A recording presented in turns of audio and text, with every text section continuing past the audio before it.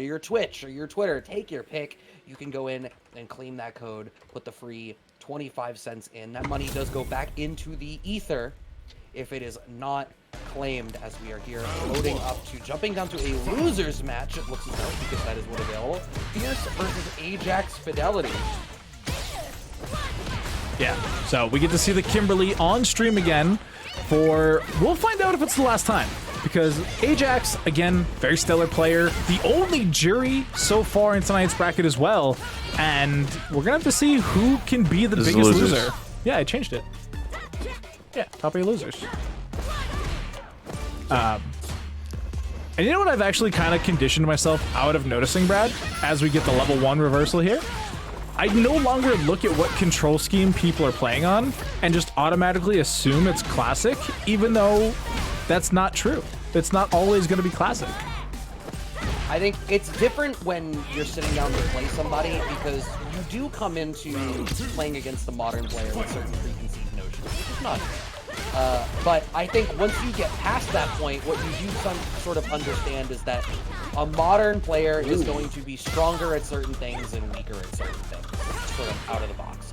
Okay, wanting for a whiff punish there on the DR. Nice setup off that low forward, and a shimmy working out here for Ajax Fidelity. Uses the OD up kicks as the anti-air. Might not be invincible, but it still anti-airs quite well. But Fierce, on about a bar of drive gauge, has to be incredibly careful in the corner against Juri, who can eat that up super duper quick.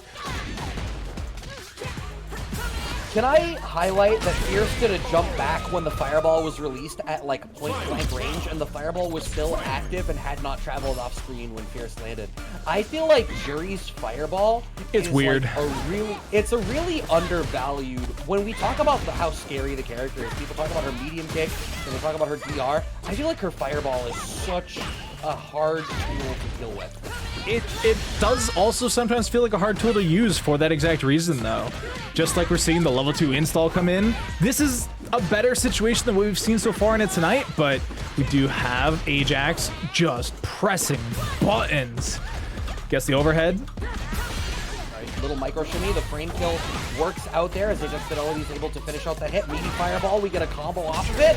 One more touch will do it. Overhead is enough. Ajax Fidelity draws first blood here in our first loser side matchup in this top 8. Trying to send Fierce home. Wants to keep us from seeing any more Kimberly this evening. Still has a bit of way to go, though, because we said it a couple times now, but all of top 8 here at Casa is 3 out of 5. We don't do none of that top 4, 3, 5. No, everybody gets the chances. Unfortunate mislink there, but we got the reversal going nowhere, and the chase down was so fast. That was, you know what's gonna be dope is like year 2, when the majority of the community has it ready for when you get like DR punish counter or like burnout specific combos. Because that was a punish counter out of a DR. Ajax Fidelity had 8 extra frames. We could have gotten a crazy combo there. Level 1 is gonna be enough for that round. Ajax Fidelity taking the first round here in this game 2. Looking pretty solid. Man, just a jab check. That feels so bad because it's like, I want the up smoke to be so much better than it is for Kimberly, but I can understand why it has to be the way it is. Damn, the whip standing strong over the crushing hurtbox actually elicited the response out of Fierce that got counter hit. Reversal coming out, but gets blocked. Ajax Fidelity knows. Extra plus frames keeping their turn. That's going to be the stun. We have 2 bars. I think Ajax Fidelity can close this out. Yeah, just cash all the way out. Oh, we're going to build up to a level 3. You're don't need it, but yeah. Man had damage to spare. Save the bar for a rainy day. Sometimes you need a little nest egg. What's that, Brad? I'm an American. Oh, sorry. I forgot for a second.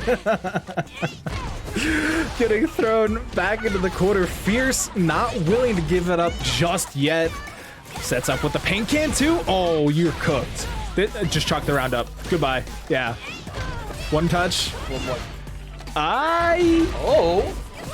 Oh, that's rough, and Fierce committed so much. Okay.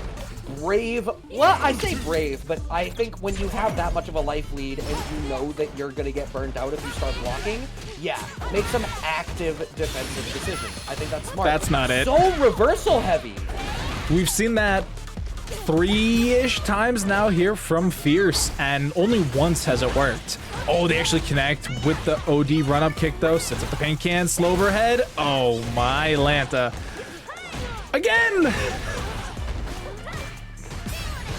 Kimberly Blender almost in full effect. Finally gets busted out here. Ajax looking to start some washing of their own right into the level 3. And that should do it.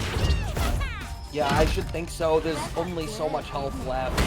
I feel like once you're in the yellow, if you get hit by a level 3, you're probably gonna die. I don't quite have that memory that we ended up at by the tail end of like Street Fighter 5, where it was like, yeah, I know that this is gonna do approximately that much damage. I keep thinking like in DNF terms, right? Where if it's yellow, it's dead. But there's also levels where you don't quite have to be in the yellow yet, and you'll still die to a level 3. And there's just a lot of what a considerations. Bastard is Ajax Fidelity. Knows that they're not going to be able to kill on that next touch, so they go for the standing reset. Oh, okay. We lose out on the perfect. Burnout, though. The overhead out of the DR into the level 3. We're going to be at about 60-70% on the recovery here.